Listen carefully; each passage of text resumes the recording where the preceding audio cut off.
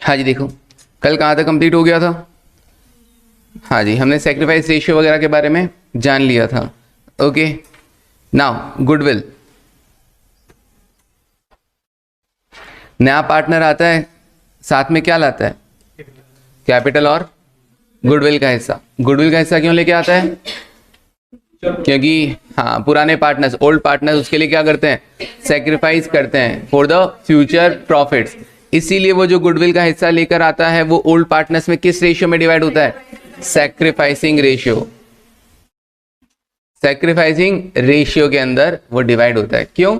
क्योंकि नए partners future profits में क्या करते हैं? सैक्रिफाइस करते हैं। इसलिए वो गुडविल का हिस्सा क्यों लाया गया? उसी सैक्रिफाइस की वजह से। इसलिए गुडविल क्या होता है? सैक्रिफाइसिंग रेशियो में डिवाइड होता है। ओके, अच्छा, अब गुडविल क्या किया जा सकता है? प्राइवेटली भी पे किया जा सकता है, कैश में भी लाया जा सकता है, या फिर हो सकता है कि वो कैश में लेकर नहीं आए, अलग से बस कैपिटल लेकर आया, कैश में नहीं ले गया, तो हम क्या करते हैं? उसकी कैपिटल कम कर देते हैं। भैया तो लाए चाहे नहीं लाए, हम तो तेरे हाँ माइनस करेंगे ही करेंगे। Okay, when the amount of goodwill is paid privately, क्या एंट्री करोगे? हाँ जी भैया, बाहर का बाहर सेटलमेंट हो गया, हमें क्या करना? कोई अकाउंटिंग एंट्री नहीं करना। अच्छा, दूसरा, when the new partner bring his share of goodwill in cash, जब वो कैश में लेके आएगा तो फर्स्ट ऑफ ऑल, सबसे पहले क्या करना है? आपको बैलेंस शीट में देखना है कि क्या कोई गुडविल शो हो रही है। गुडविल अच्छी बात की बुरी बात? खुद की हो तो अच्छी बात, दूसरे की हो तो बुरी बात। पता है ना? हाँ, बताया था मैंने। ओके, हाँ, खुद की हो तो कोई दूसरा पैसा देके जाएगा, दूसरे की हो तो हमें पैसा देना पड़ेगा अगर हम खरीदेंगे तो। ओके, फिर उसके बाद तो सबसे पहले तो राइट ऑफ करोगे। हाँ वैसे ही राइट ऑफ करने की एंट्री क्या होगी गुडविल को? Okay, old partners capital account debit to goodwill. Goodwill का नेचर होता है डेबिट, उसको खत्म करने के लिए क्या करना पड़ेगा? क्रेडिट करना पड़ेगा। और किसके थ्रू करेंगे? वो एसेट है जिसको आप राइट ऑफ कर रहे हो एक तरीके से, तो वो एसेट हो राइट ऑफ करना मतलब लॉस हुआ। लॉस होता है तो क्या होता है? पी&एल डेबिट होता है, और पी&एल डेबिट होगा तो अल्टीमेटली वो प्रॉफिट जो कम हुआ है उसका इंपैक्ट किस पे आने वाला है? कैपिटल पे तो आने वाला है। तो आप क्या कर दोगे? Old partners capital account debit to goodwill account. किस रेशियो में? ओल्ड रेशियो में। Okay, for goodwill brought in cash by new partner, जब गुडविल लेके आओगे तो bank account debit to goodwill, और फिर गुडविल को क्या किया जाएगा? ओल्ड पार्टनर्स में सैक्रिफाइसिंग रेशियो में बांट दिया जाएगा। Goodwill account debit to old partners capital account. ठीक है जी। अच्छा, उसके बाद कभी कभी क्या होता है, क्वेश्चन में दिया हुआ रहता है कि वो अपना हिस्सा क्या कर लिया? गुडविल का विड्रॉ कर लिए, तो सिंपली कैपिटल विड्रॉ की एंट्री करनी है। सिंपली कैपिटल विड्रॉ का एंट्री करना है। क्या एंट्री होगा? Old partners capital account debit to bank account. Okay जी। When the new partner does not bring his share of goodwill in cash, अगर वो कैश में नहीं लेके आता है तो क्या होगा? तो सर ये राइट ऑफ वाली एंट्री तो करोगे पहले अगर है तो। अगर वो नहीं लेकर आता है तो क्या होगा?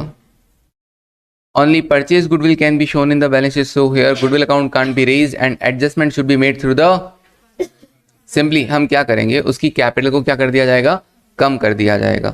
जरूरी नहीं है कि यहाँ पे करंट अकाउंट ही डेबिट हो, आप क्या कर सकते हैं? कैपिटल अकाउंट भी डेबिट कर सकते हैं। करंट अकाउंट तो तब मेंटेन जब वो फिक्स या फ्लक्चुएटिंग, तो आप यहाँ पे क्या यूज कर सकते हैं?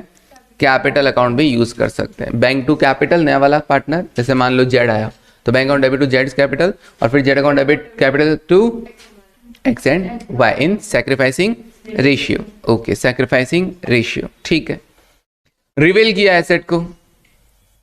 हाँ जी, एसेट को रिवील किया तो क्या होगा?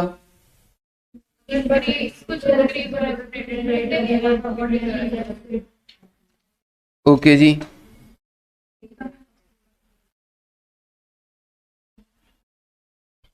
हाँ जी, क्या नया पार्टनर आता है तो हम अपनी एसेट्स और लाइब्रेरीज को क्या करते हैं? रिवील करते हैं क्या? यस सर, हम एसेट्स और लाइब्रेरीज को क्या करते हैं? हम अपनी रिवील। क्यों?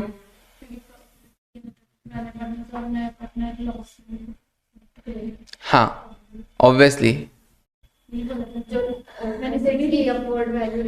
भाई, एसेट्स की वैल्यू अगर बढ़ रही है, मान लो कोई बुक में मेरी एसेट रिकॉर्डेड है 5 लाख पे और आज उसका रिवील करने पर वैल्यू हो रहा है मान लीजिए 15 लाख, तो 10 लाख किसका फायदा? पुराने पार्टनर्स का फायदा भैया, क्योंकि आज जिस दिन जब तक आया ही नहीं है नया वाला पार्टनर तब तक उसकी वैल्यू बढ़ चुकी है, तो ऑब्वियसली तुम नए वालों को इसमें शेयरिंग नहीं देना चाहोगे, तो तुम क्या करोगे, जो भी प्रॉफिट है वो तुम्हारी कैपिटल में ट्रांसफर करना चाहोगे कि नहीं करना चाहोगे। That is the revaluation profit will be transfer to the old partners in old ratio. अच्छा, कोई लॉस हुआ, मान लो 5 लाख की एसेट दी, अब उसको रिवेल करने पर 1 लाख ही कर रहे हो, तो अब क्या नया पार्टनर उसको रिवेल करवाना चाहेगा कि नहीं करवाना चाहेगा? चाहेगा, खुद शेयरिंग थोड़ी ना देगा लॉस के अंदर, तो ऑब्वियसली वो कहेगा भैया तुम अपनी रिवेल करो पहले एसेट्स, 5 लाख वाली 1 लाख पे आ गई है, 4 लाख, वो 4 लाख का लॉस तुम्हारा है, मेरा नहीं है। तो भैया अब तक का जो भी प्रॉफिट या लॉस है वो क्या किया जाएगा, ओल्ड पार्टनर्स में ओल्ड रेशियो में बांट दिया जाएगा।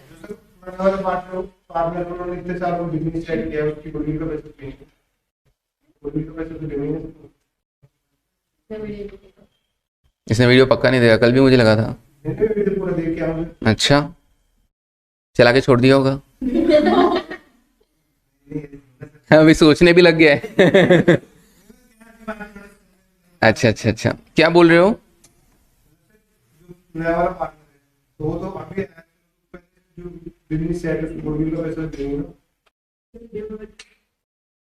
नया पार्टनर अभी अभी आया है, तो उसे गुडविल का पैसा लेंगे ना, तो लिया तो है, वो तो पढ़ तो लिया गुडविल। गुडविल की बात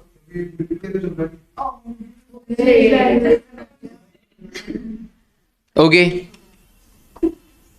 चलिए आगे बढ़ते हैं। एक लंबी सांस लेनी पड़ी मेरे को इसके बाद। हाँ, मुझे बाबा रामदेव को याद करना पड़ा। ठीक है, चलिए कोई ना, देखो proforma of revaluation. Proforma of revaluation, हम एसेट को रिवेल कर रहे हैं ना, तो रिवेल्यूशन का फॉर्मेट क्या होगा, रिवेल्यूशन अकाउंट बनाया हमने, डेबिट क्रेडिट जो भी करना है करेंगे, क्या क्या होगा, अगर एसेट की वैल्यू बढ़ेगी तो फायदा, लाइबिलिटी की वैल्यू कम होगी तो फायदा। अच्छा, एसेट की वैल्यू कम होगी तो नुकसान, और लाइबिलिटी बढ़ गई तो नुकसान। कोई ऐसी लाइबिलिटी जो रिकॉर्डेड नहीं थी अब रिकॉर्ड करनी पड़ी, ऑब्वियसली नई लाइबिलिटी आ गई, हाँ जी, तो नुकसान। कोई नई एसेट आ गई तो फायदा। जो भी फायदा या नुकसान होगा वो क्या किया जाएगा, ओल्ड पार्टनर्स में ओल्ड रेशियो में बांट दिया जाएगा। अब समटाइम्स पार्टनर्स क्या चाहते हैं कि भैया उनकी एसेट और लाइबिलिटीज अभी भी किस वैल्यू पे शो होती रहे, उनकी पुरानी वैल्यू पे ही शो होती रहे, तो उस केस में कौन सा अकाउंट बनाओगे आप लोग? यस, रिवेल्यूशन ना बना के क्या बनाया जाएगा, मेमोरेंडम रिवेल्यूशन अकाउंट बनाया जाएगा। ओके जी, हाँ जी, मेमोरेंडम रिवेल्यूशन अकाउंट बनाया जाएगा। अब मेमोरेंडम रिवेल्यूशन में कैसे होगा, मैंने आपको बड़ा इजीली, हाँ इजी फॉर्मेट में बता रखा है, मॉड्यूल में कुछ अलग तरीके से कर रखा है। मैंने तो आपको बड़ा आसान बता रखा है, मैं कहा पहले पार्ट में तो रिवेल्यूशन अकाउंट बना लेना, और रिवेल्यूशन अकाउंट का जो भी प्रॉफिट या लॉस होगा वो बस लिख देना टू प्रॉफिट ऑन रिवेल्यूशन या बाय लॉस ऑन रिवेल्यूशन। फिर क्या करना, सेकंड पार्ट में वो प्रॉफिट को पहले, अगर प्रॉफिट हुआ है तो पहले ओल्ड पार्टनर्स में ओल्ड रेशियो में बढ़ जाएगा, और फिर न्यू पार्टनर्स में न्यू रेशियो में वापस उसको रिवर्स हो जाएगा। क्लियर है वाली चीज, ओल्ड पार्टनर्स में ओल्ड रेशियो में बढ़ गया, और फिर न्यू पार्टनर्स में न्यू रेशियो में उसको वापस क्या कर दिया गया, रिवर्स कर दिया गया। क्या, अच्छा ये क्या, ये फर्स्ट पार्ट आपका डबल एंट्री सिस्टम का पार्ट माना जाएगा? ये जो फर्स्ट पार्ट है मेमोरेंडम रिवेल्यूशन का, ये वाला, ये आपका डबल एंट्री सिस्टम में का पार्ट नहीं है। इसका मतलब इसके लिए कोई एंट्रीज आपकी बुक्स में नहीं होगी।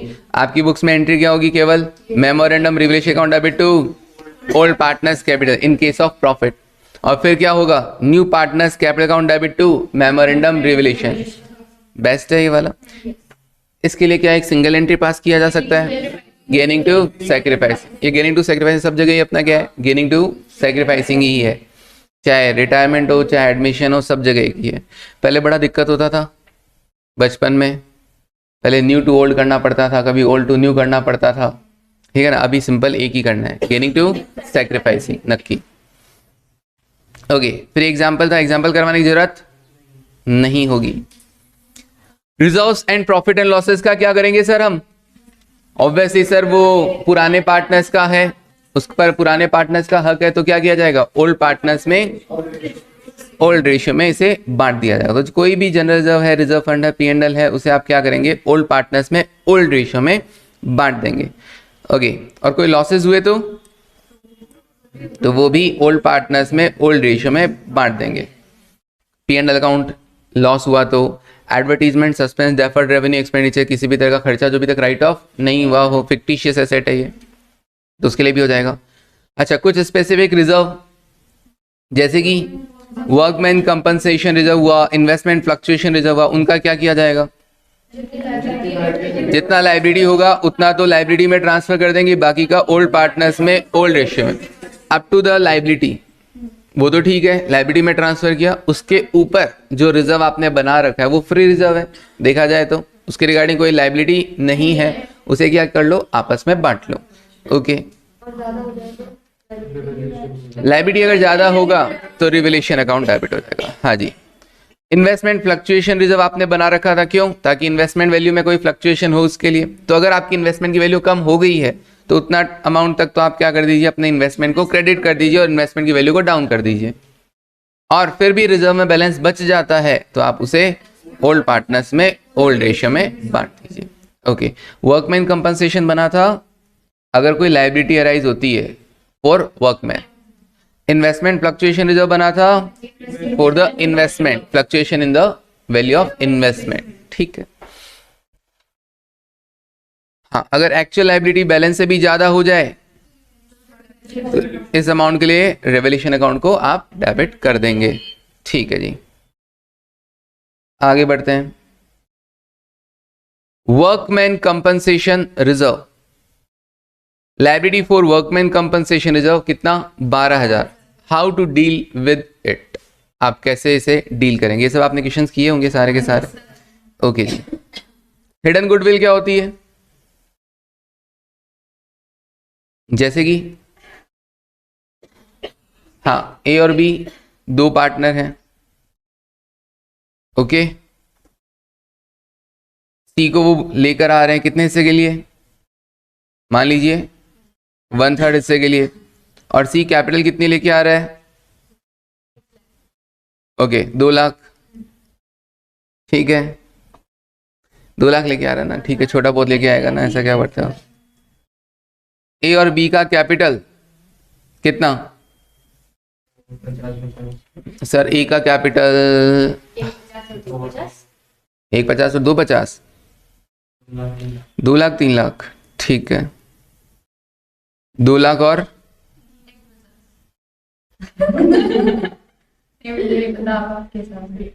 150, 3 लाख बैठता ही नहीं डम्बो।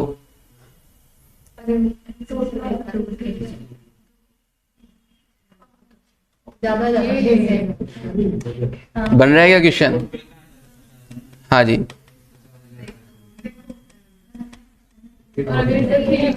बताओ हिडन गुडविल कितना आएगा?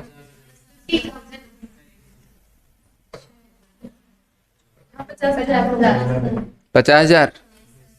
श्योर? क्वेश्चन बन गया क्या? 2 लाख 1/3 हिस्से के लिए आया है। इसके अकॉर्डिंग टोटल कैपिटल कितनी होनी चाहिए? रेसिप्रोकल करके तो हम देखते हैं, 2 लाख इंटू 3/1 माइनस ऑलरेडी, हाँ, already existing capital plus new partners capital. ठीक है ना, तो 2 लाख था ए का, 1.5 लाख था बी का, और सी कितने के लिए आ रहा है? 2 लाख के लिए। टोटल कितना? ओके, बाकी बचा कितना? That is hidden goodwill. Okay, तो इस तरीके से क्वेश्चन बन जाता है। हाँ, तो आप इसका मतलब आपको अभी तक क्वेश्चन बनाना आता नहीं है। हाँ, 3 लाख बोला ना, 1.5 लाख ही बोलना था। हाँ, तो तुमने तो एम ही हवा में बोला था। हाँ, ठीक है, ओके, समझ में आया हिडन गुडविल? तो ये मुस्कान प्रगति वाले क्वेश्चंस किए हुए होंगे। चलिए आगे बढ़ते हैं फिर। When the new partner brings in proportionate capital, अगर वो proportionate capital लेकर आता है, मतलब ये क्या हुआ? Sometimes the capital of new partner is not given in the question. ऐसे क्वेश्चन आए भी होंगे आपके सामने, नया पार्टनर की कैपिटल गिवन नहीं थी।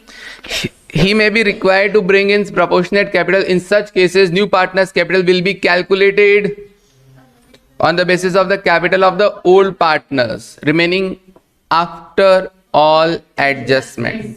सारे एडजस्टमेंट करने के बाद हम देखेंगे पुराने पार्टनर्स की कैपिटल है कितनी, और फिर उनके बेसिस पर क्या किया जाएगा, नए पार्टनर की कैपिटल को डिटरमाइन किया जाएगा कि वो कितनी होगी, और उसके अकॉर्डिंग फिर देखा जाएगा कि अब वो कितना पैसा लेकर आएगा। ओके, फॉर एग्जाम्पल उन्होंने कहा ए और बी है जिनकी सारे एडजस्टमेंट करने के बाद कैपिटल आ रही है 24,000 और 16,000। उन्होंने एडमिट किया है सी को कितने हिस्से के लिए, 1/5 हिस्से के लिए। अब बताइए सी का कैपिटल कितना होगा, तो कैसे किया जाएगा। मैं कहा देखो जी, सारे एडजस्टमेंट करने के बाद उनकी कैपिटल है 24 और 16, टोटल कैपिटल कितनी 40,000, और उनका हिस्सा कितना है सर, नए वाले को 1/5 दे रहे हैं, इसका मतलब इनका हिस्सा है ओके 40,000 इनकी कैपिटल है, 4/5 हिस्सा, ठीक है ना। तो टोटल कैपिटल कितना होना चाहिए, yes total capital would be, sir इनकी 40,000 है दोनों मिलाकर और इनका हिस्सा है 4/5, तो इसका रेसिप्रोकल अगर कर दिया जाए तो इसके बेसिस पे हमारे पास पूरा फर्म का कैपिटल आ जाएगा 50,000। ओके 50,000 टोटल कैपिटल, फिर क्या करेंगे, 50,000 में इसका हिस्सा कितना है 1/5, या फिर 50,000 माइनस 40,000, दोनों तरीके से किया जा सकता है, 10,000 रुपए। तो सी कितना लेके आएगा, हाँ जी ओके 10,000 रुपए लेकर आएगा, नक्की।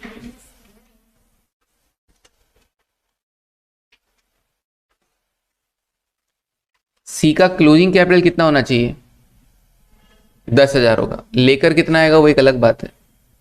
कभी कभी कोई क्वेश्चन आपने देखा होगा वो स्टॉक वाला एडजस्टमेंट 125 रुपए वाला, शायद 125 का था क्या स्टॉक का, अच्छा हाँ जितना भी था, उसमें क्या हो रहा था, इसकी कैपिटल ऑलरेडी क्या हो रही थी भाई, पुराने क्या होता है, जैसे मेमोरेंडम रिवेलेशन वाला क्वेश्चन है, उसमें क्या होता है, हम पहले प्रॉफिट को ओल्ड पार्टनर्स में ओल्ड रेशियो में बांट देते हैं, फिर उसे न्यू पार्टनर्स में न्यू रेशियो में वापस रिवर्स भी कर देते हैं।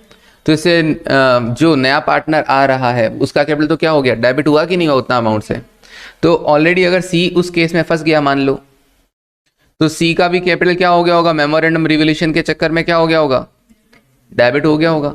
अब मान लो वो डेबिट हुआ 2,000 रुपए से, सी की कैपिटल क्या हो गई है, डेबिट हो गई है मेमोरेंडम रिवोल्यूशन के चक्कर में, कितने से 2,000 से, और अब उसको कैपिटल मैनेज करना है कितना अपने पास 10,000, तो टोटल कितने रुपए लेकर आएगा 12,000 लेकर आएगा, क्योंकि 10,000 तो उसको क्या करना है, मेंटेन करना है। ऐसे क्वेश्चन भी आए होंगे, नहीं आए तो अभी वीडियो में आगे, या तो ध्यान से देखो आगे होंगे एडमिशन के, हाँ आके गए होंगे, वो याद नहीं होगा, क्योंकि 10,000 के आपने को मेंटेन करना है, अपना क्लोजिंग कैपिटल 10,000 होना चाहिए। अब वो कितना लेके आएगा उसके लिए, ऑब्वियसली 10,000 अगर उसको लेके आना है तो हाँ 2,000 उसका ऑलरेडी पहले डेबिट हो रखा है, इसका मतलब 10,000 तो मेंटेन करने वाला लेके आएगा, 2,000 उसका जो डेबिट है वो लेके आएगा, टोटल 12,000 रुपए लेकर आएगा। ठीक है जी,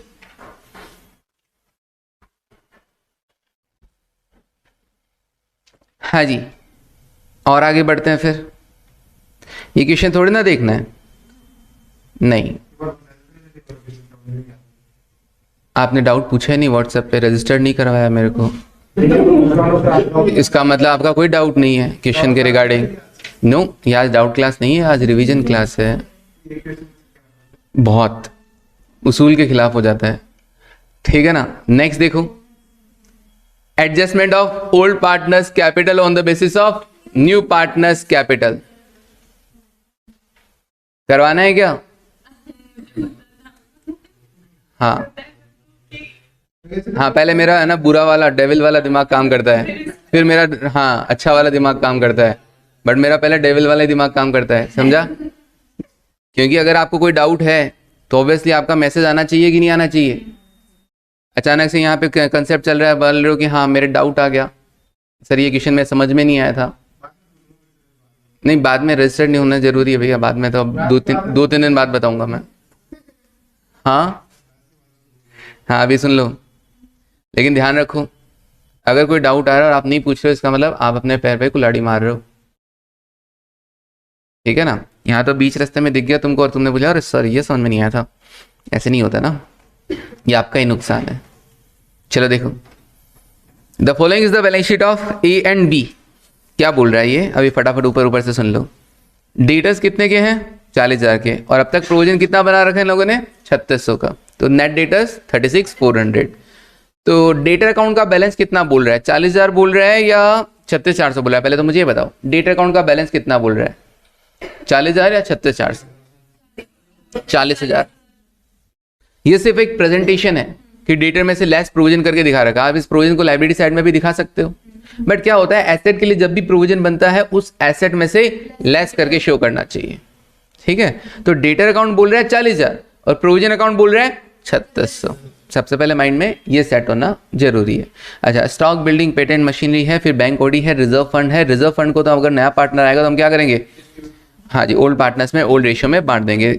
ओके, उन्होंने किसको एडमिट किया, सी को एडमिट किया, कितना और कितने हिस्से के लिए देखते हैं। नया प्रॉफिट शेयरिंग रेशियो दे रखा है 3:1 और 1:6 हिस्से के लिए हमने क्या किया, उसको एडमिट किया है, ठीक है। सी कितना लेकर आएगा, प्रोपोर्शनेट कैपिटल लेकर आएगा after the following adjustment. C brings in 10,000 rupees in cash as his share of goodwill. Okay, goodwill भी लेकर आ रहा है अलग से, ठीक है। गुडविल आएगा वो तो क्या हो जाएगा, सेक्रीफाइसिंग पार्टनर्स में डिस्ट्रीब्यूट हो जाएगा। Provision for doubtful debt reduce by 2,000। Provision for doubtful debt आपने बना रखा था कितने से, 3600 रुपए से, अब आपको उसको 2,000 से कम कर देना है, ठीक है ना। 2,000 से कम कर देंगे तो क्या होगा, फायदा होगा कि नहीं होगा, फायदा हो गया, लाइबिलिटी कम हो गया। फिर उसके बाद there is an old typewriter valued कितना, 2600 रुपए, it does not appear in the books. मैंने कहा अच्छा जी, नई एसेट जनरेट हो गई है, फायदा हो गया। ओके, पेटेंट आर वैल्यूलेस, मैंने कहा अच्छा जी ये तो खत्म हो गया, पेटेंट की वैल्यू पूरी की पूरी 2,000 से खत्म हो गई। 2% आपको डिस्काउंट मिल जाएगा अपने क्रेडिटर से। जनरली हम लोग इसको रिकॉर्ड करते नहीं है, हाँ, प्रूडेंस कंसेप्ट की वजह से, लेकिन अगले ने बोला है तो हम रिकॉर्ड करेंगे, ठीक है ना। चलिए, क्योंकि फ्यूचर में होने वाले प्रॉफिट्स को हम आज रिकॉर्ड नहीं करते हम, ठीक है, उन्होंने किया है तो किया, कोई ऑप्शन नहीं है। हाँ जी, क्यों नहीं लगेगा,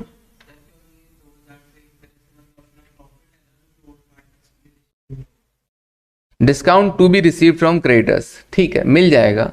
हाँ, नहीं, अगर जनरली वो बात ठीक है कि हाँ आपने क्रेडिटर, बात हो गई, ऐसा कुछ थोड़ी है, बात हो गई होगी तो एक अलग बात है। अब बात हो गई है तो आप ऑलरेडी क्रेडिटर्स का बैलेंस ही कम कर दो ना, आप रिजर्व क्यों बनाते हो, ठीक है ना। चलो ठीक है, आपकी बात भी करेक्ट है, कोई दिक्कत नहीं कि ये अपने ओल्ड पार्टनर्स में ओल्ड रेशियो में बांटने का चक्कर था, इसलिए अपन ने ऐसा कर दिया, ठीक है। ये लोग वरना भी ऐसे भी दे देते हैं एंट्रीज करने को, reserve for discount on debtor की ऑन क्रेडिटर की एंट्री करने को दे देते हैं, तो अपने को कर देनी है, उसमें फिर लड़ाई दंगा नहीं करना, ठीक है। हाँ, लेकिन अगर कोई पूछे कि रिकॉर्ड करना चाहिए क्या, तो फिर ऑब्वियसली रिकॉर्ड नहीं करना चाहिए। चलिए, फिर यहाँ तो करना ही ऑब्वियसली, यहाँ तो पुराने पार्टनर से बटेगा। पेटेंट 2,000 है, प्रोविजन कितने से कम किया, ये भी 2,000 से कम किया। अच्छा, टाइपराइटर कितने का था, 2600 का था, और provision for discount on creditors कितना था, 20,000 क्रेडिटर्स थे, 20,000 का 2% कितना, 400, ठीक है। ये 5,000 हो गया, 5 - 2 हो गया 3, 3 का पुराने रेशियो में, पुराना रेशियो क्या था 2:1, तो 2,000 और 1,000। फिर आप क्या करोगे, अब कैपिटल अकाउंट बनाओगे। कैपिटल अकाउंट के अंदर ओपनिंग बैलेंस ए और बी का 40 और 30, ये मैंने लिख दिया 40 और 30। फिर क्या करना होगा भाई, नया पार्टनर आता, सबसे पहले जो अपनी चीजें वो बांट लो। रिजर्व फंड कितना है 12,000, तो 12,000 का 2:1 कितना होगा 8,000 और 4,000। ओके, फिर उसके बाद रिवैल्यूएशन पे प्रॉफिट हुआ कितना 2 और 1,000। अच्छा, गुडविल का पैसा लेके आया था वो कितना, पहले तो अपन ने अपनी चीजें बांट ली, रिजर्व फंड और रिवैल्यूएशन, अब वो लेकर आया उसका बारे में जज करते हैं। वो कितना लेके आया 10,000 रुपए। ये 10,000 किस रेशियो में, अपने सैक्रिफाइसिंग रेशियो में कैलकुलेट करना पड़ेगा। सैक्रिफाइसिंग रेशियो, सैक्रिफाइस बाय ए और बी, पुराना रेशियो क्या था 3/6 और 2/, ये तो नया है 2/3 और 1/3, नया रेशियो 3/6 और 2/6। ओके, तो मुझे क्या लग रहा है, हाँ जी तुम्हें भी ये लग रहा है, इसका मतलब सारा का सारा सेक्रीफाइस 1/6 ना, 4 - 3 1/6, सारा का सारा कौन कर रहा है।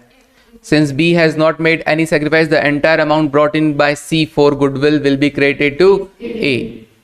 तो जितना भी पैसा लेकर आया कैश टू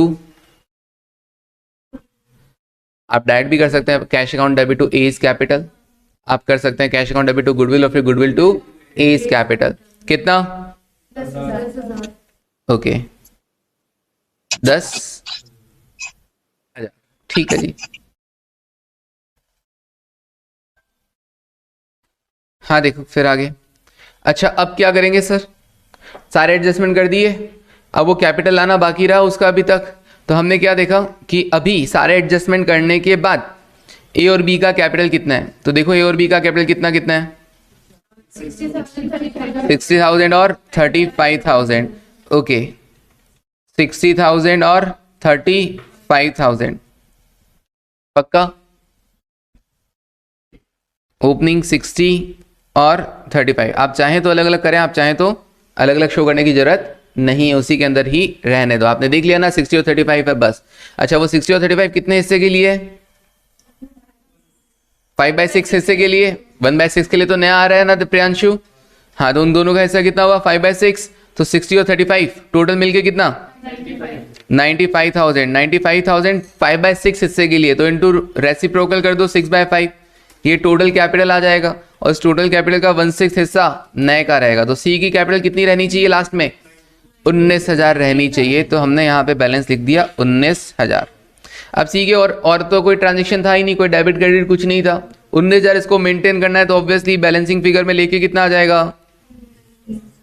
19,000 लेकर आ जाएगा बस।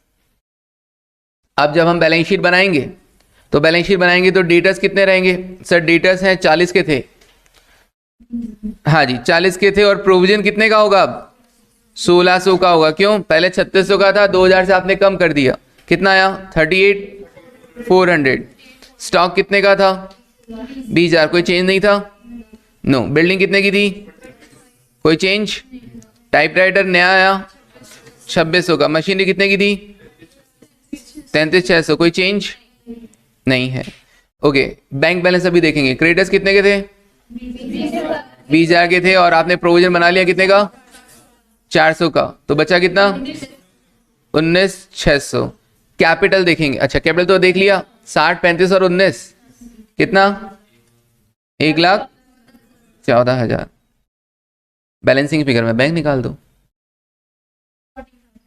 हाँ या तो बैलेंसिंग फिगर में कैलकुलेट करो या फिर खुद कैलकुलेट करो। कितना था बैंक बैलेंस?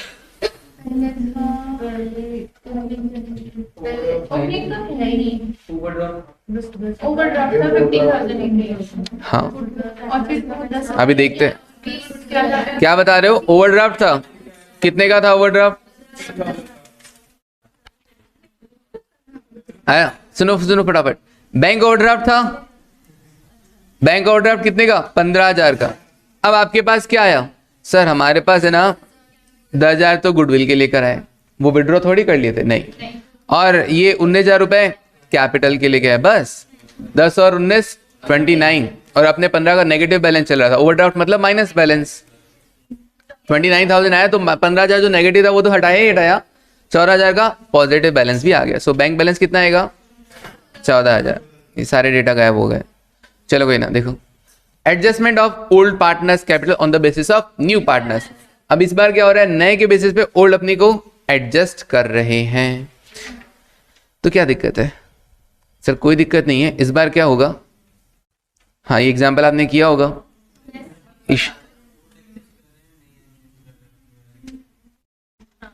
इस बार न्यू के बेसिस पर, हाँ क्वेश्चन में ऑब्वियसली बताएगा, और कोई एडजस्ट नहीं कर रहा है तो अपना जैसा नॉर्मल चल रहा है वैसा चलने दो। हाँ हाँ हाँ हाँ। अब इसमें क्या बोला? Capital of issue and Kanha will be adjusted on the basis of Avni's capital. तो अवनी न्यू पार्टनर है, और उसके बेसिस पर क्या करेंगे? इशू और कान्हा अपनी कैपिटल को क्या कर लेंगे? एडजस्ट कर लेंगे। ठीक है जी। कोई भी कम या ज्यादा रह जाता है, एक्सेस होगा तो क्या कर लिया जाएगा? विड्रॉ, और कम पड़ेगा तो वो पार्टनर कैश में लेकर आ जाएगा। ठीक है, तो इसमें क्या होगा ना, एट लास्ट जैसे आप सारे एडजस्टमेंट कर लोगे, उसके बाद क्या देखोगे? कितना कैपिटल लेकर आया नया वाला पार्टनर? अवनी कितनी ले गई? 56,000। ओके, तो अवनी की कैपिटल लास्ट में क्या है? यहाँ पर 56,000 है। कैसे पता चला सर? यहाँ पे मैंने टोटल देख लिया। हाँ 56,000 का। ओके, अब इश्यूअर का ना भी अपनी कैपिटल इसके बेसिस पे एडजस्ट करेंगे ना, तो अपने को क्या देखना होता है कि इनका नया रेशियो क्या है। तो सारा का सारा कैपिटल क्या हो जाएगा, अब यहाँ पे न्यू रेशियो में आ जाएगा। 56,000 अपने कितने हिस्से के लिए आई है, 1/6 के लिए। ओके, तो हमें क्या करना पड़ेगा, अभी न्यू रेशियो कैलकुलेट करना होगा और 56,000 के हिसाब से टोटल कैपिटल कितनी होगी, 56,000 टू 6/1, 3,36,000 रुपए। और इस 3,36,000 को इन तीनों पार्टनर्स में न्यू रेशियो में हम बांट देंगे। इतनी कैपिटल को मेंटेन करनी है। अब अगर कोई का किसी बंदे का कम पड़ रहा है कैपिटल तो वो और लेकर आ जाए, किसी का एक्स्ट्रा हो रहा है तो वो विड्रॉ कर ले, लेकिन उसको मेंटेन इसी न्यू रेशियो में करना है। डन, चलिए आगे बढ़ते हैं जी। ये सब सॉल्यूशन दे ही रखा है, देखो यहाँ पर रिमेनिंग 5/6 है और हाँ जी, इसमें इशू का इतना 3/6, काना का 2/6, तो नया रेशियो हो गया 3:1।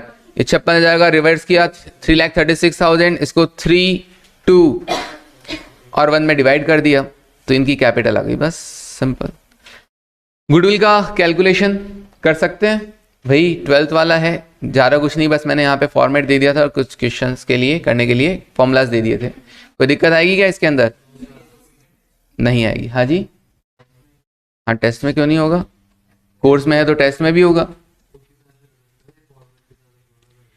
हाँ खुद के हिसाब से कर सकते हैं, ठीक है। क्या करना होता है एवरेज प्रॉफिट मेथड में, एवरेज प्रॉफिट मेथड कह दो या FMPAT मेथड कह दो। FMPAT की फुल फॉर्म क्या होती है, future maintainable profit after tax. इससे भी जाना जा सकता है कि गुडविल किस पे डिपेंड करती है, फ्यूचर प्रॉफिट्स पे डिपेंड करती है। फ्यूचर में जो आप मेंटेन कर पाएंगे अपने profits, future maintainable profits after tax into number of years of purchase. Okay जी, हाँ जी, देखो स्टेप 1 कैलकुलेशन ऑफ क्या, एडजस्टेड प्रॉफिट्स।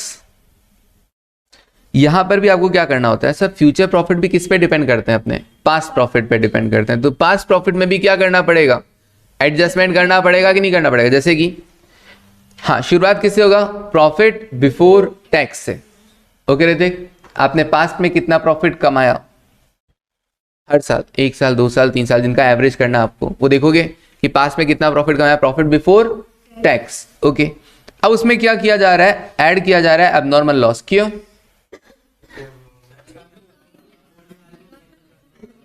सर ये एबनॉर्मल लॉस कभी कभार हो गया, मान लीजिए लेबर ने स्ट्राइक कर दिया वगैरह, जैसा भी हुआ होगा, तो ये जो लॉस हुआ है वो हर साल थोड़ी ना होगा, फ्यूचर में थोड़ी ना होगा, इसलिए वापस ऐड बैक कर दो कि अगर ये लॉस ना होता तो हमारे प्रॉफिट कितने होते। कोई लॉटरी लग गई एबनॉर्मल गेन, जरूरी थोड़ी ना फ्यूचर में लगेगी, तो वापस लेस कर दो। अब ये तो हुआ एबनॉर्मल का इफेक्ट हटाना।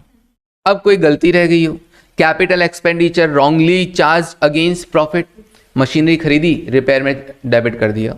अब रिपेयर कर अकाउंट अगर डेबिट करते हो तो सारा रिपेयरिंग का खर्चा मानते हुए आप क्या कर दोगे, P&L से चार्ज कर दोगे, प्रॉफिट कम हो जाएगा। तो आपको प्रॉफिट को वापस क्या करना है, बढ़ाना है आपको, क्योंकि उस रिपेयर की जगह उसको क्या ट्रीट करना है, मशीनरी ट्रीट करना है। तो आप एंट्री क्या करोगे, machine account debit to repair. इससे क्या होगा, मशीन की वैल्यू बढ़ जाएगी। हाँ जी, और रिपेयर को आप रिवर्स करोगे। अच्छा, और या फिर आप यूं मान सकते हो कि सर यही गलती अगर अपने को अगले साल पता चल रही है तो हम ऐसे अकाउंट जो ट्रेडिंग और P&L में जाकर क्लोज हो जाते हैं उसकी जगह क्या यूज करते हैं, P&L एडजस्टमेंट। तो सिंपली अगर मैं यहाँ पे P&L यूज करूँ तो मशीनरी जो वैल्यू बढ़ाओगे उससे आपके प्रॉफिट्स बढ़ रहे हैं। रेक्टिफिकेशन ऑफ एरर जब हमने पढ़ा था तब मैंने बताया था, ठीक है ना, कि अगले साल अगर गलती पता चलती है तो ऐसे अकाउंट जो ट्रेडिंग और P&L में आके क्लोज हो जाते हैं उनकी जगह आप P&L एडजस्टमेंट वर्ड यूज करें। तो उसका इफेक्ट जानने के लिए अपन ने देखा कि भैया machine account debit to repair की जगह क्या लिख दिया, P&L। तो दैट मीन्स जैसे ही मशीनरी का वैल्यू बढ़ेगा प्रॉफिट भी इंक्रीज होगा। एसेट साइड में अगर एसेट वैल्यू बढ़ रही है तो ऑब्वियसली या तो दूसरी एसेट कम हो या लाइबिलिटी साइड में भी कुछ इसका इंपैक्ट आना चाहिए। तो लाइबिलिटी साइड में क्या हो जाएगा, आपके प्रॉफिट्स बढ़ जाएंगे। ओके, अब क्योंकि बैकडेट से मशीनरी को एग्जिस्टेंस में ला रहे हो तो ऑब्वियसली उस पर डेप्रिसिएशन भी तो कैलकुलेट करोगे कि नहीं करोगे। तो यस, उसकी वजह से क्या होता है यहाँ पर, ये पूरी की पूरी मशीनरी एग्जिस्टेंस में नहीं आती। मान लीजिए मशीनरी 10,000 की थी, 2 साल पहले की बात है, तो इन 2 सालों का डेप्रिसिएशन भी तो आपको कंसिडर करना पड़ेगा। तो आप एंट्री क्या करोगे, depreciation account debit to machinery. और क्योंकि आप बैकडेट के लिए पास्ट ईयर्स के लिए कर रहे हो, तो डेप्रिसिएशन की जगह क्या यूज कर लोगे, मान लो P&L। तो डेप्रिसिएशन की वजह से आपके प्रॉफिट्स क्या हो जाएंगे, कम हो जाएंगे। समझ में आ रहा है वाली चीज? ऐसा एडजस्टमेंट आया था क्या कोई क्वेश्चन के अंदर? ओके ठीक है। स्टॉक को अंडर वैल्यू किया, कम वैल्यू कर लिया, वापस बढ़ाओगे, बढ़ाओगे तो क्या होगा, स्टॉक बढ़ेगा तो प्रॉफिट भी बढ़ जाएगा। अच्छा हाँ, अगर इस साल स्टॉक के वैल्यू में क्लोजिंग स्टॉक आप बढ़ा रहे हो, वैल्यू बढ़ा रहे हो, तो उसका अगले साल भी कुछ इंपैक्ट आएगा क्या? क्योंकि इस बार का क्लोजिंग स्टॉक अगले बार का क्या बन जाएगा, ओपनिंग स्टॉक बन जाएगा। और इस बार अगर आपने प्लस किया तो अगली बार क्या करोगे, माइनस। इस बार माइनस किया तो अगली बार क्या करोगे। इसीलिए डायलॉग मारा था ना मैंने, क्योंकि बहू भी कभी सास बनेगी। मारा था कि नहीं मारा था? नहीं मारा था क्या? और बहू और सास में कैसा रिलेशन होता है, एंटी, ठीक है ना, कोई प्यारा नहीं होता है। हाँ ठीक है ना। हाँ देखो, तो कहने का मतलब है, अगर इस साल माइनस हो रहा है तो अगले साल क्या हो रहा है, प्लस। इस बार प्लस हो रहा है तो अगली बार क्या हो रहा है, माइनस। मैंने भी देखी है कहानी घर घर की, ठीक है ना, इसलिए मुझे पता है, ठीक है। हाँ अक्सर, हाँ चल ठीक है। मैंने अपने बचपन में बहुत सारे डेली सॉप देखे हैं, ठीक है ना, तुमने जितने शायद नहीं देखे होंगे। मैं टीवी का बहुत ज़्यादा शौकीन था। हाँ, अगर मम्मी डेली सॉप चलाती वो मैं देखता था, पापा न्यूज़ चलाते वो भी मैं देखता था, भाई क्रिकेट चलाता तो भी मैं देखता था। उसके अलावा मैं अपने गाने और सुनता था, ठीक है ना। मैं टीवी देखते देखते पढ़ता था, ठीक है ना। हाँ मैं हर टाइम 2 टाइम, एक टाइम में 2 काम हमेशा करता हूँ, ये रहता है। बचपन से घर वालों ने पीजी में डाल दिया था। हाँ बचपन से घर वालों ने पीजी में डाल दिया था मेरे को। चलो ठीक है। हाँ इतना भी परेशान नहीं करता था मैं तुम्हारे जैसे। देखो ओवर वैल्यूएशन ऑफ, हाँ क्लोज स्टॉक, अगर स्टॉक का ओवर वैल्यूएशन है तो वापस क्या करोगे, कम करोगे। स्टॉक कम करोगे तो क्या होगा, प्रॉफिट भी कम होगा। इस बार का कम होगा तो अगली बार का बढ़ जाएगा। ओके, कोई एरर ओमिशन इसमें सब कुछ आ गया, जिसके अकॉर्डिंग आपको दिमाग चलाना पड़ेगा अगर आपको रेक्टिफिकेशन आता है तो। फेयर रेम्यूनरेशन, अगर वो बंदा जिसके लिए आप कैलकुलेट कर रहे हो वो पार्टनर्स वगैरह कहीं और काम करते तो उनको क्या मिलता, कहीं सैलरी वगैरह मिल जाता ना, कुछ कमा के तो खाते, उसको भी आप क्या कर दोगे, यहाँ पे लेस कर दोगे। इनकम फ्रॉम एनटीआई, ये बाजू वाली प्रॉपर्टी मेरी है ना, इससे जो रेंटल इनकम आ रही है ये मेरे लिए क्या है, इनकम फ्रॉम एनटीआई है, नॉन ट्रेड इन्वेस्टमेंट। हाँ जी ठीक है जी। तो इसको क्या करना, अपने को हटा देना। क्यों? क्योंकि इससे मेरी कोई गुडविल नहीं बन रही है। गुडविल किससे बन रही है, पढ़ाने से बन रही है, ठीक है। हाँ जी, ये आगे एडजस्टेड प्रॉफिट बिफोर टैक्स, बस। फिर हर साल अगर प्रॉफिट्स फ्लक्चुएटिंग है तब तो सिंपल एवरेज लेना, और अगर कोई ट्रेंड है तो वेटेड। लेकिन बता दूं तुमको कि अगर तुमको वेट का बोले तो ही वेट लेना, वरना मत लेना, ठीक है ना। हाँ ठीक है। अगर नॉर्मल, अगर हम पूरा ही chapter valuation of goodwill share का पढ़ते हैं, जैसे बीकॉम के अंदर भी आता है, आपके सीएफआर में भी आएगा, और फाइनल में सीएफआर में भी आएगा, फाइनल में बीवी में भी आएगा, ठीक है ना। तो वहाँ पर जब आएगा तो हम फिर भी ये चीज़ को कंसिडर करते हैं कि ट्रेंड हो तो weighted average, otherwise simple average. But आपके लेवल पे ना वेट दिया हुआ होता है तभी वेटेड एवरेज लेते हैं, अदरवाइज नहीं लेते हैं। अगर बोले suitable assumptions can be made तो फिर आप ले सकते हो, क्योंकि आप अपनी एजम्पशंस ले पाओगे। आप बोल रहे हो कि यार ट्रेंड है तो हम क्या लेंगे, फिर वेटेड एवरेज ले लेंगे। ओके, फिर क्या होगा, एवरेज प्रॉफिट आ गया हर साल का, और उसमें से लेस टैक्स करके क्या कर दोगे आप, future maintainable profit after tax calculate कर लोगे, ठीक है जी। और FMPAT multiplied by number of years of purchase, that is goodwill. Super profit method, steps क्या क्या, पहली एफएमपीएटी जो हमने कैलकुलेट कर ही ली, दूसरा कैपिटल एम्प्लॉयड, तीसरा नॉर्मल प्रॉफिट। नॉर्मल प्रॉफिट का फॉर्मूला रटने की जरूरत थोड़ी है, नहीं सर हमने है ना कैपिटल लगा रखी है 5 लाख और हम एक्सपेक्ट करते हैं 5 लाख पे 10%, तो हमारी फॉर्मूला क्या बन गया, 5 लाख हमारी कैपिटल है, नॉर्मल रेट ऑफ रिटर्न 10% है, तो कितना हुआ 50,000 रुपए नॉर्मल प्रॉफिट हो गया। डन, ओके जी। सुपर प्रॉफिट, हाँ जी, इसके लिए मैंने ये वाला एग्जांपल दिया था, देखा था कि नहीं देखा था? भाई बोला था ना कि तुम्हारे घर वाले तुमको प्यार करते हैं कि नहीं करते हैं? हाँ, किस किस ने पिया है ऐसे झुक के? हाँ भाई, ये पूरा कप रात को ऐसा पूरा कप भर के दूध का गिलास देते हैं ना, पूरा ग्लास या कप जो भी तुमको दिया जाता है, वो कभी कभी पूरा फिल कर दिया जाता है एकदम ऊपर तक, और फिर अपने को यहाँ पे झुक के पीना पड़ता है।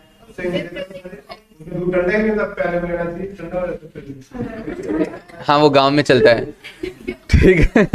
हाँ सुनो, तो झुक के पीना है। अगर झुक के ऐसा नहीं पिया है तो भैया तुम्हारे घर वाले तुमको प्यार नहीं करते हैं, ठीक है ना। अगर तुमको इतना फिल करके देते हैं तो तुम्हारे घर वाले तुमको प्यार नहीं करते। हाँ तुमको अगर इतना पूरा फिल करके दिया है कभी तो यस, हाँ तुम्हारे घर वाले तुमसे प्यार करते हैं। ये तो नॉर्मल हो गया, ये तो नॉर्मल हो गया।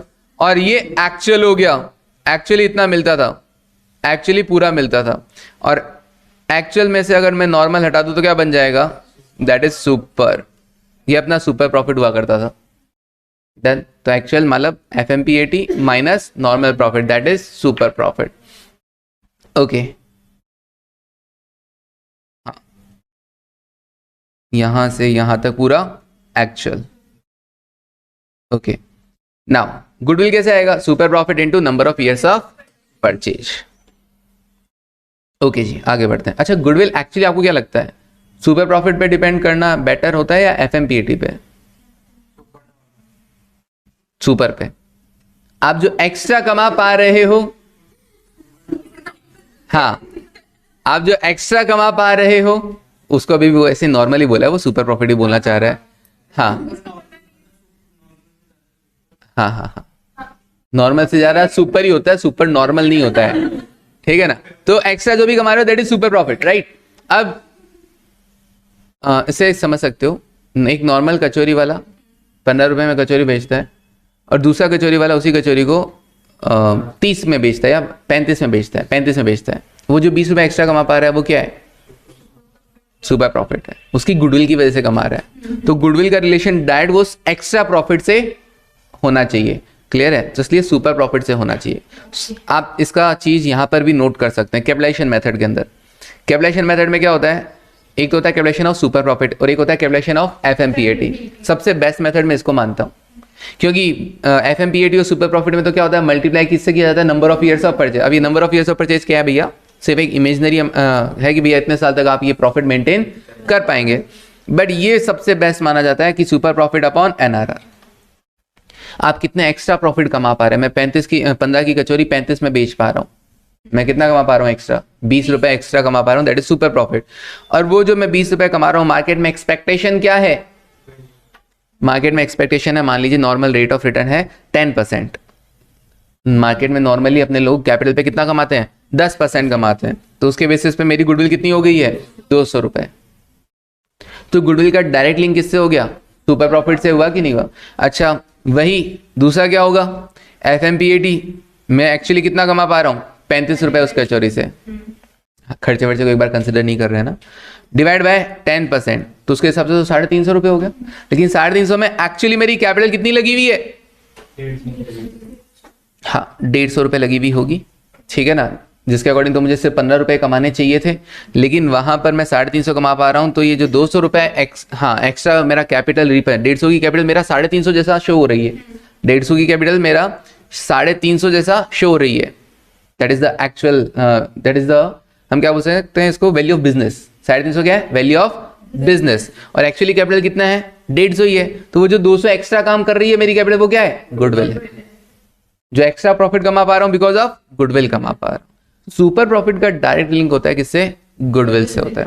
और ये सबसे बेस्ट मेथड मानता हूं मैं कैपिटलाइजेशन मेथड को। चलिए आगे बढ़ते हैं। एन्युटी मेथड, एन्युटी मेथड और सुपर प्रॉफिट मेथड में क्या फर्क है? तो बताएगा। एन्युटी मेथड में तो होता है super profit into annuity value, और सुपर प्रॉफिट में होता है क्या? Super profit into number of years of purchase. क्या फर्क है दोनों में?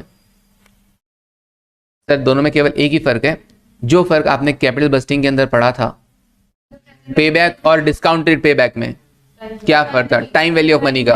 तो time value of money consider किया जा रहा है और दूसरे में time value of money consider नहीं किया जा रहा है। एन्युटी वैल्यू वही है। जैसे क्या होता है, अगर मैं कहूं 1-1 रुपए 5 साल तक, ईयर 1 2 3 4 5, ये मेरे सुपर प्रॉफिट है। कितने? हर साल 1 रुपया मेरा सुपर प्रॉफिट है। तो ये 1 रुपया मैं कितने साल तक कमा पा रहा हूं? 5 साल तक। तो number of years of purchase में तो क्या लिया गया? Multiplied by 5। लेकिन एन्युटी वैल्यू में क्या लिया जाएगा? इसका पी फैक्टर, मार्केट में रेट क्या चल रहा है नॉर्मली? 10%। मल्टीप्लाई करो 0.909, 0.826, 0.75, 1.8 सॉरी 683, 0.621। जीरो कौन बोल रहा है? ये जीरो के आगे 9 भी तो होता है। हाँ, फोर्थ डिजिट अगर 5 या 5 से ज्यादा हो तो थर्ड डिजिट में एक नंबर बढ़ा देंगे। अब आप देखो इसका टोटल करके कितना आ रहा है। जीडी प्रेस करके बताओ कितना हुआ? 3.79। ओके 3.79। ठीक है, ठीक है, 791, ये लो 791। तो कहने का मतलब है अगर सुपर प्रॉफिट मेथड हुआ तब तो 5 से मल्टीप्लाई हुआ। Number of years of purchase कितना? 5। और अगर एन्युटी मेथड होगा तो वही 3.791 एन्युटी वैल्यू से मल्टीप्लाई होगा। उस 5 रुपए का प्रेजेंट वैल्यू, जो 5 रुपए आपको एक एक करके मिल रहे हैं, उसका present value, that is the annuity value. यही होता है सुपर प्रॉफिट मेथड और एन्युटी मेथड में फर्क। Super profit method time value of money को कंसिडर नहीं करता है और annuity method time value of money को कंसिडर करता है। डन? और कोई फर्क नहीं है इनमें। तो अगर एन्युटी वैल्यू क्वेश्चन में गिवन नहीं होगी तो आप कैलकुलेट कर पाएंगे क्या? हाँ सर, हम कर पाएंगे। कुछ बच्चे जो एफएम नहीं पढ़ते उनको पता नहीं चला सर ये पी फैक्टर क्या होता है। पी फैक्टर हमने कैलकुलेट किया 1 divide by 1 plus R. R कितना है? 10%। तो हमने क्या किया? सिंपली ये क्या किया है, हमने प्रेजेंट वैल्यू कैलकुलेट किया। ये फॉर्मूला लगाया, future value divide by 1 plus R to the power n। हमने फ्यूचर में मिलने वाले 1 रुपए का क्या किया है? प्रेजेंट वैल्यू कैलकुलेट कर दिया गया। यहां पर आया 1 divide by 1.10 to the power 1। यह आया 1 divide by 1.10 to the power 3। यह आ गया 1 divide by 1.10 to the power 5। Clear? Okay, बस नक्की एडमिशन भी खत्म। हाँ जी सुनो, रिटायरमेंट। अच्छा, रिटायरमेंट से पहले जो आप मुझसे पूछ रहे थे कि सर ये वेटेड एवरेज के अंदर वेट कैसे देना है, तो सुनो, आपके पास्ट ईयर्स के प्रॉफिट्स आपको गिवन होंगे, year 1, year 2, year 3, year 4, year 5। जो भी इनके एडजस्टेड प्रॉफिट आएंगे, एडजस्टेड प्रॉफिट बिफोर टैक्स, ठीक है आर्यन, जो भी इनके एडजस्टेड प्रॉफिट आएंगे, अगर मान लो आपको वहां पर ट्रेंड नजर आता है, मैं तो कहता हूं कि जब आपको वेटेड एवरेज बोले तभी आपको वेटेड एवरेज यूज करना है। वो कैसे करना है वो सुनो। जैसे मान लो यहाँ पे प्रॉफिट 1 लाख, यहाँ पे 1,20,000, यहाँ पे 1,40,000, यहाँ पे 1,50,000, यहाँ पे 1,80। कंटिन्यूसली प्रॉफिट क्या हो रहे हैं? बढ़ रहे हैं, या कंटिन्यूसली प्रॉफिट डिक्रीज हो रहे हैं। दोनों ही केसेस में आप वेटेड एवरेज यूज कर सकते हैं। वेट कैसे देना होगा? लास्ट वाले को सबसे लंबा। इसको 1, इसको 2, इसको 3, इसको 4 और इसको 5। ये लास्ट ईयर वाले। अच्छा सर, डिक्रीजिंग होगा तब भी ऐसे ही वेट दोगे क्या? मैंने कहा हाँ, डिक्रीजिंग होगा तब भी ऐसे ही वेट दूंगा। क्यों? इसी को सबसे ज्यादा क्यों दिया जाता है वेट? क्योंकि जस्ट ये अभी जो ईयर गया है उसी का है, जिसको हम बोल सकते हैं करंट ईयर, जो अभी जो खत्म हुआ है। ऑब्वियसली वेटेज किसको ज्यादा दिया जाएगा? अभी जो जस्ट कंप्लीट हुआ है, क्योंकि उसके जो प्राइसेस वगैरह हैं वो ज्यादा रिलेवेंस रखेंगे कि नहीं रखेंगे आज की इकोनॉमी से। आज के इकोनॉमी जो चल रहा है उसके जो प्राइस रिलेवेंट रहेगा, रिलेवेंस रहेगा, वो करंट ईयर से ज्यादा रिलेवेंट। पुरानी बातें थोड़ा सा कम वेटेज रखेंगी। तो हमेशा वेट कैसे दोगे? 1 2 3 4 5 ही देना है इसके अंदर वेटेज, गुडविल के अंदर, गुडविल चैप्टर में जब भी आपको करना हो तो। अच्छा, और फिर आप क्या करोगे? जितने भी प्रॉफिट्स हैं 1 लाख, उनको उनके 1,20,000, उनको उनके क्या करना है? आपको वेट से मल्टीप्लाई करना होता है। 1,40 इंटू 3, 1,50 इंटू 4 दे सकते हैं प्रियांशु। कभी वेटेड वाला दे तो दे सकते हैं, मना ही नहीं है। सबको प्रॉफिट इंटू वेट से मल्टीप्लाई किया तो summation of profit into weight divided by summation of total weight. 5 4 3 2 1 का टोटल कितना? 15। 5 4 3 2 1 का टोटल कितना? 15। हाँ जी, बड़ा कुछ नहीं है अगर कैलकुलेटर को जानते हो चलाना तो। अच्छा अच्छा, 1 lakh into 1 M plus 1 lakh 20,000 into 2 M plus 1 40 into 3 M plus 1 50 into 4 M plus 1 80 into 5 M plus M R C total आ गया डिवाइड बाय 15। अच्छा अच्छा अच्छा अच्छा, वो इसके जैसा बना दिया डिजाइन वाला, ठीक है। हाँ, कितना आया? 150,666। ओके, जितना भी आया 150,666, बस क्लियर। नाउ अब देखो रिटायरमेंट। रिटायरमेंट में क्या होगा सर? एक पार्टनर जाएगा, जाने वाले को क्या दोगे? गुडविल में हिस्सा, उसके प्रॉफिट में हिस्सा और रिवोल्यूशन प्रॉफिट, अब तक के रिवोल्यूशन के प्रॉफिट और लॉसेस में भी हिस्सा। नया रेशियो कैलकुलेट करना बड़ा आसान है। मैं कहा अच्छा देखो पुराना दे रखा है और अभी अगर x जा रहा है तो सिंपली हम क्या कर देंगे ऐसा, हाँ 3 2 1 था, x के क्रॉस कर देंगे, बच जाएगा 2:1। y जा रहा है तो 3 2 1 किसके क्रॉस लगा देंगे? y के क्रॉस लगा देंगे, बच जाएगा क्या? 3:1। बड़ा आसान है ना। अच्छा, ABC प्रॉफिट शेयरिंग रेशियो 1/2 1/3 और 1/6। Find out the new ratio if B retired. तो पहले तो इस 1/2 1/3 1/6 को नॉर्मल में कन्वर्ट करो। नॉर्मल कैसे आएगा? कैसे करते हैं? एलसीएम लेके, फिर क्या होता है? 6 आ गया एलसीएम, फिर अच्छा सिंपली एलसीएम कितना आया? तो अपने को सबको क्या करना है? 6 से मल्टीप्लाई कर देना है और कुछ नहीं करना। एलसीएम 6 है तो 6 से मल्टीप्लाई कर दो, कितना आएगा? 3 2 1 और कुछ नहीं करना। कुछ बच्चे ऐसे करते हैं ना 6/6 से मल्टीप्लाई, ऐसे नहीं करते क्या तुम लोग? ऐसे भी सिखाते होंगे शायद, ऐसे करते हैं क्या? नहीं करते? हाँ ठीक है, देख लेना। सिंपल एलसीएम लो और एलसीएम से सिंपली क्या कर दो? मल्टीप्लाई कर दो। ये इजी तरीका है, सिखाने वाले अलग अलग तरीके से सिखाते हैं, सबके कंसेप्ट अलग अलग रहते हैं। अब उसके बाद क्या हो गया? बी रिटायर हो रहा है, ये लो जी बी को कट कर दो, ए और सी 3:1 का हो जाएगा। ठीक है, ये सब आप देख ही लोगे।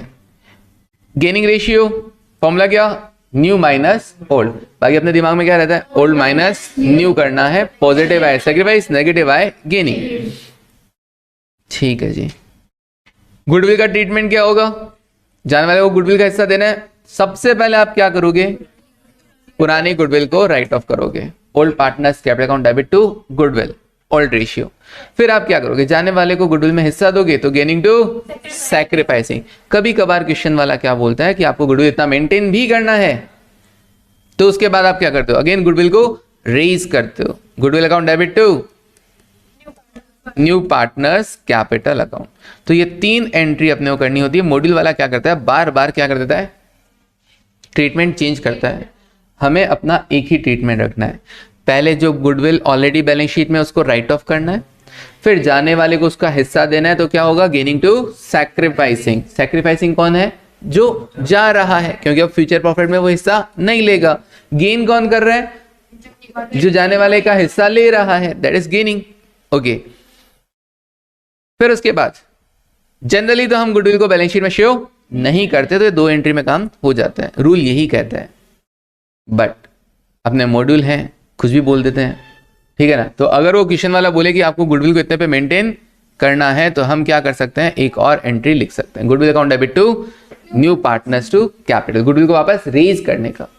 तो गुडविल डेबिट हुआ तो एसेट में शो हो जाएगा, और किस में? To new partners capital. ठीक है, ओके। हाँ देखो, मेरा नाम भी है और ये मेरे दोनों दोस्त हैं।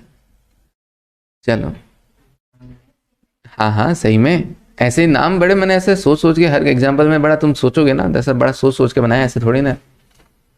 हाँ देखो, खैर कर लोगे आप लोग ये क्वेश्चन नाउ।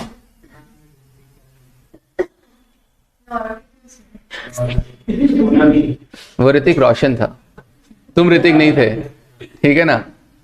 नोरा और नोरा के साथ खुद को इमेजिन कर रहा है ऋतिक। नोरा और कौन था? हाँ, इट्स सोना नॉट शोना।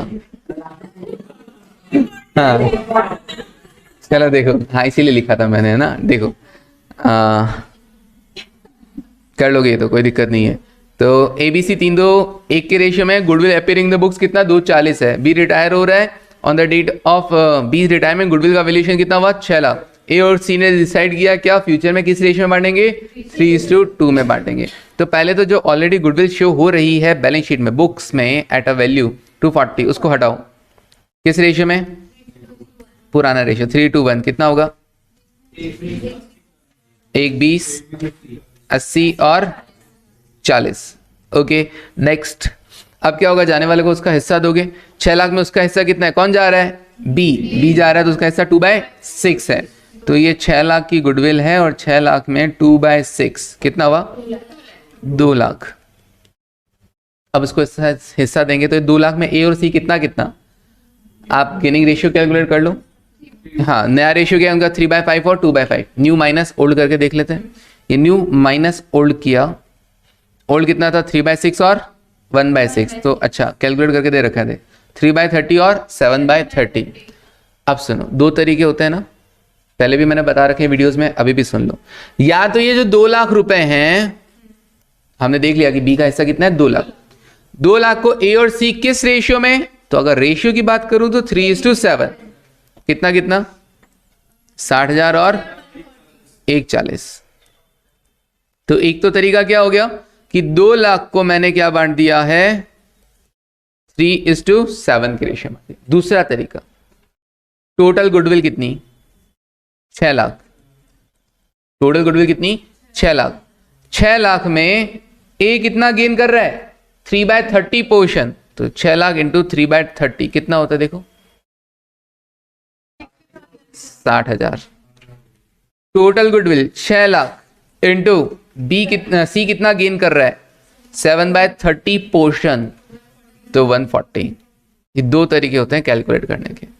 तो अगर आप टोटल गुडविल के हिसाब से कर रहे हो तो आपको पोर्शन वाले से मल्टीप्लाई करना है, कितना पोर्शन गेन किया है या कितना पोर्शन सेक्रीफाइस हुआ है उससे मल्टीप्लाई करना है। और अगर आप केवल उसके हिस्से से कर रहे हो कि भैया सी जा रहा है या बी जा रहा है तो उसका हिस्सा 2 लाख है और 2 लाख किस रेशियो में करेंगे ए और सी, तो उस टाइम आप रेशियो यूज करो, उस टाइम आप पोर्शन यूज मत करो 3:7। तो दोनों में कभी कंफ्यूजन मत रखना। तो अगर आपने हिस्सा कैलकुलेट कर लिया है जाने वाले का मान लो यहाँ पर, तो ऑब्वियसली अब क्या देखोगे, सेकंड थॉट क्या आएगा माइंड में कि भैया अब ये 2 लाख किस रेशियो में करेंगे। ठीक है, अच्छा। और अगर आप ये देखते हो कि 6 लाख टोटल गुडविल है तो टोटल गुडविल में कितना हलचल हुआ, कितना पोर्शन किसने गेन किया, कितना पोर्शन किसने सैक्रिफाइस किया, तो वो पोर्शन की बात आएगी। क्लियर है वाली चीज? ओके आगे बढ़ते हैं। रिवोल्यूशन होने पर क्या किया जाएगा सर, जैसा एडमिशन में वही बात, ओल्ड पार्टनर्स में ओल्ड रेशियो में बंट जाएगा। अच्छा, रिजर्व एंड एक्यूमुलेटेड प्रॉफिट अब तक के ओल्ड पार्टनर्स में ओल्ड रेशियो में बंट जाएंगे।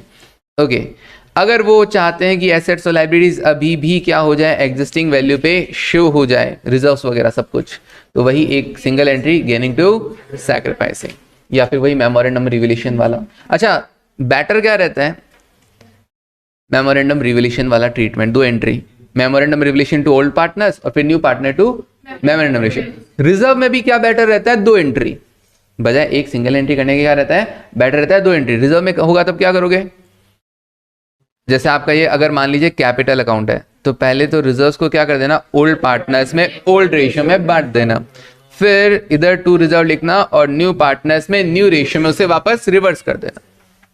आप चाहते हैं कि रिजर्व्स आगे भी आपकी बैलेंस शीट में शो होते रहें, उनमें कोई चेंज नहीं आए, तो वापस क्रिएट तो करना पड़ेगा। पहले आपने बांट दिया तो खत्म कर दिया, रिजर्व अकाउंट डेबिट, रिजर्व का नीचे क्या होता है क्रेडिट।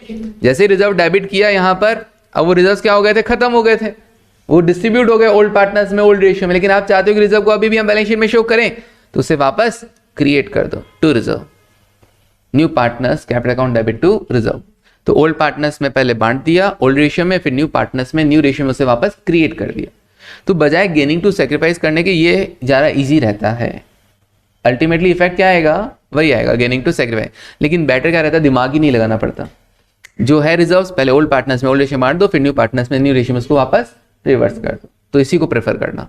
ठीक है, अच्छा चलो आगे बढ़ते हैं। फिर ये तो हो जाएगा सिंगल एंट्री वगैरह। और सिंगल एंट्री करने को बोले तो ऑब्वियसली क्या करना होगा फिर आपको, गेनिंग टू सैक्रिफाइस। सीखना दोनों है, बट जहां मौका मिले, जैसा मौका मिले वैसा आपको काम कर देना है जो इजी हो। चलिए, अभी इसमें बोला सिंगल एंट्री पास कर, तो अपन फिर सिंगल एंट्री ही पास करेंगे, क्या कर सकते हैं ना। आगे बढ़ते हैं। पेमेंट कैसे होगा रिटायरिंग पार्टनर को? या तो इमीडिएट हो जाता है कैश में, और या फिर उसके लोन अकाउंट में ट्रांसफर हो जाता है। ये सबसे लास्ट का काम है, पहले सारे एडजस्टमेंट वगैरह कर लो। जब टू बैलेंस कैरेट डाउन लिखने की मन में आए तो उससे पहले क्या कर देना, इसको इसका पैसा दे देना है टू बैंक और टू कैश, या फिर उसके लोन अकाउंट में ट्रांसफर कर देना, सिंपल। ठीक है जी, ये सब क्वेश्चंस अपन ने किए ही था। Retirement and settlement of loan, हालांकि मॉड्यूल में ऐसा मेरे ख्याल से कोई क्वेश्चन आया नहीं था। ये लोन वाला अपन ने क्वेश्चन कर लिया था। ये लोन वाला ट्रीटमेंट वैसे तो चल रहा है जैसे हायर परचेज में पड़ा था। आउटस्टैंडिंग अमाउंट पे इंटरेस्ट कैलकुलेट होता है और फिर आप पे कर देते हो इंस्टॉलमेंट, और फिर बचा हुआ अमाउंट पे अगेन इंटरेस्ट कैलकुलेट होता रहेगा। ओके, ये रिटायरमेंट हो गया। फिर डेथ ऑलमोस्ट सेम है, सिर्फ कहाँ फर्क आ जाता है कि मर कभी भी सकता है इंसान, तो क्या होगा, एनी डे। हाँ, अब वो तो मर गया, लेकिन क्या होगा, अपने को क्या करना पड़ेगा फिर, from the beginning of the year till the death, हाँ डेट ऑफ हिज डेथ, उसको प्रॉफिट में हिस्सा देना है कि नहीं देना है, उसको प्रॉफिट में हिस्सा देना है। अब ये कैसे कैलकुलेट हो सकता है, टाइम बेसिस पे भी हो सकता है, टर्नओवर बेसिस पे भी हो सकता है। ओके, मरने वाले पार्टनर का जब ट्रांसफर करना होगा उसका लास्ट अमाउंट, फाइनल अमाउंट, तो हम क्या करेंगे, आप कैश में दे दोगे तब तो ठीक है, टू कैश और बैंक कर देते हैं, कोई दिक्कत नहीं है। वरना पहले क्या करना चाहिए, टू, अच्छा लोन में ट्रांसफर थोड़ी ना कर पाओगे, जो चला गया उसका लोन थोड़ी ना चला पाओगे, तो आपको सिंपली क्या करना है, उसका अमाउंट कहाँ पे, उसके एग्जीक्यूटिव को, नॉमिनी को ट्रांसफर कर देना है, और फिर उसके बाद उसको जैसा पेमेंट करो, हैंड टू हैंड करो तो टू कैश और बैंक, और लोन चलाओ तो उसी का लोन अकाउंट चलाना है, नॉमिनी का, हाँ जी एग्जीक्यूटिव का। नाउ फिर ये सब आपने किया था, कोई दिक्कत नहीं है, कोई दिक्कत तो बोल दो। मैं दोनों क्वेश्चन करवा दिए, एक सेल्स बेसिस वाला भी करवा दिया था और एक टाइम बेसिस वाला भी करवा दिया था।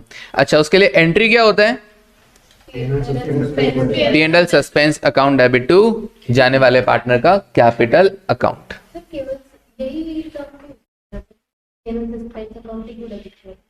तो क्या करेंगे, मतलब बताओ। अच्छा, प्रॉफिट में हिस्सा देना है ना उसको, अभी फाइनलाइज तो हुए नहीं अकाउंट, ये तो मिड में हम दे रहे हैं, तो अभी हम P&L सस्पेंस डेबिट कर रहे हैं। फिर जब फाइनलाइज करेंगे ना, तो जब हम P&L अकाउंट बनाएंगे, P&L एप्रोप्रिएशन, उसके अंदर ये P&L सस्पेंस को वापस क्या कर देंगे, क्रेडिट कर देंगे। P&L appropriation account debit to P&L suspense. इससे क्या होगा, आपके जो प्रॉफिट डिस्ट्रीब्यूशन वाला है वो अमाउंट क्या हो जाएगा, कम हो जाएगा। फिर क्योंकि इतना तो आपने उसको दे ही दिया ना जाने वाले को, बाकी बचा प्रॉफिट आप बांट लेना, ठीक है। हाँ, P&L तरह तरह के ना, देखो P&L अकाउंट जो आपको नेट प्रॉफिट बताता है, खर्चे और इनकम से रिकॉर्ड करता है। P&L एप्रोप्रिएशन अकाउंट जो प्रॉफिट का डिस्ट्रीब्यूशन शो करता है इन केस ऑफ पार्टनरशिप फर्म, और कंपनीज के केस में इसका रोल अलग होता है। कंपनीज के केस में प्रॉफिट को distribution, transfer to reserve, bonus देना, ठीक है ना, डिविडेंड देना, वो सब वहां पे शामिल होता है। अच्छा, P&L एडजस्टमेंट रेक्टिफिकेशन के लिए यूज होता है। P&L सस्पेंस यहाँ पर डेथ के केस में या रिटायरमेंट का भी किसी भी दिन हो जाए तो उस केस में हम P&L सस्पेंस वर्ड यूज करते हैं। तो चारों तरह के P&L को ध्यान में रखना, P&L appropriation, P&L adjustment, P&L suspense, ठीक है। चलिए, हाँ ये आ गया, ऋतिक, सोना एंड नोरा। ओके ठीक है, कोई दिक्कत नहीं, क्वेश्चंस बताने में कोई फायदा नहीं। अच्छा, एक चीज ध्यान रखना, मॉड्यूल के अगर आप क्वेश्चंस किए होंगे तो आपको पता लगा होगा कि जाने वाला चला गया, ठीक है, अब जाने वाले को प्रॉफिट में हिस्सा देना होता है। जाने वाले के बाद जो रिमेनिंग पार्टनर्स हैं, क्या वो ओल्ड रेशियो में ही अपना न्यू रेशियो बना रहे हैं, मतलब जैसे जाने वाले का तो क्रॉस लगा दिया और बाकी बचा वह नया रेशियो हो गया, या फिर जो ओल्ड पार्टनर्स है उनके बीच में भी प्रॉफिट शेयरिंग रेशियो चेंज हो रहा है। तो अगर रेशियो चेंज नहीं हो रहा है नए वाले पार्टनर का, ओल्ड वालों का न्यू रेशियो में, जो जा गया वो तो गया, अब पुराने वालों का जैसे ये 3:1 है, उसमें से अगर ये 1 वाला चला गया, ठीक है, इन फ्यूचर बाकी के बच्चे 3:2 में अगर शेयर कर रहे हैं, तब तो सिर्फ और सिर्फ P&L suspense account debit to जाने वाले पार्टनर को करना। और अगर इन फ्यूचर उनका रेशियो भी चेंज हो रहा है, मतलब आज के दिन तक तो ये था, आगे से चेंज हो रहा है, तो आप क्या करेंगे, जितना भी अब तक का प्रॉफिट है वो सब में बांट देना। P&L suspense account debit to 3 to 1 में बांट देना।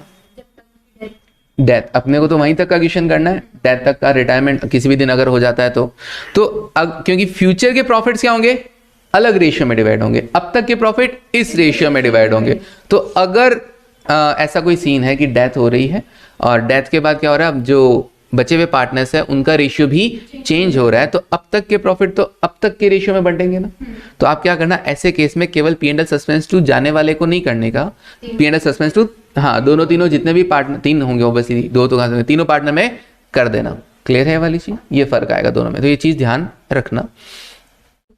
ओके, हाँ, और अगर रेशियो चेंज नहीं हो रहा है तो कोई बात नहीं, जाने वाले को दे दो, हम तो बाद में ही बांट लेंगे।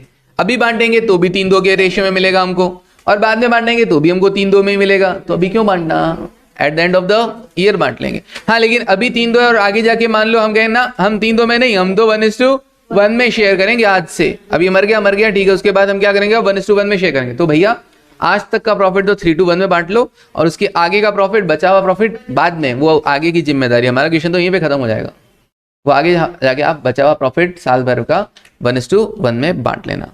मान लो 3 महीने बाद उसकी डेथ हो गई, अपना साल भर का प्रॉफिट 12 लाख है और 3 महीने का कितना हुआ, 3 लाख, तो 3 लाख तो पुराना रेशियो में बढ़ जाएगा और बाकी बचा 9 लाख आगे जाके। वो अपने को हेडेक लेने की जरूरत नहीं, क्योंकि अपना क्वेश्चन तो यहीं पे खत्म हो जाएगा। क्लियर है, चलिए ओके। हाँ सुनो, ऋतिक, सोना और नोरा, ये क्वेश्चन हो गया होगा। रिटायरमेंट के बस क्वेश्चन ही तो हैं। फिर डिसोल्यूशन अभी तक आपने पढ़ा तो, लेकिन डिसोल्यूशन बहुत छोटा सा है। हाँ, और मेरे पास तो देखो कलर्ड भी है, ऐसा तुमको जो पीडीएफ भेजा उसमें कलर्ड भी है।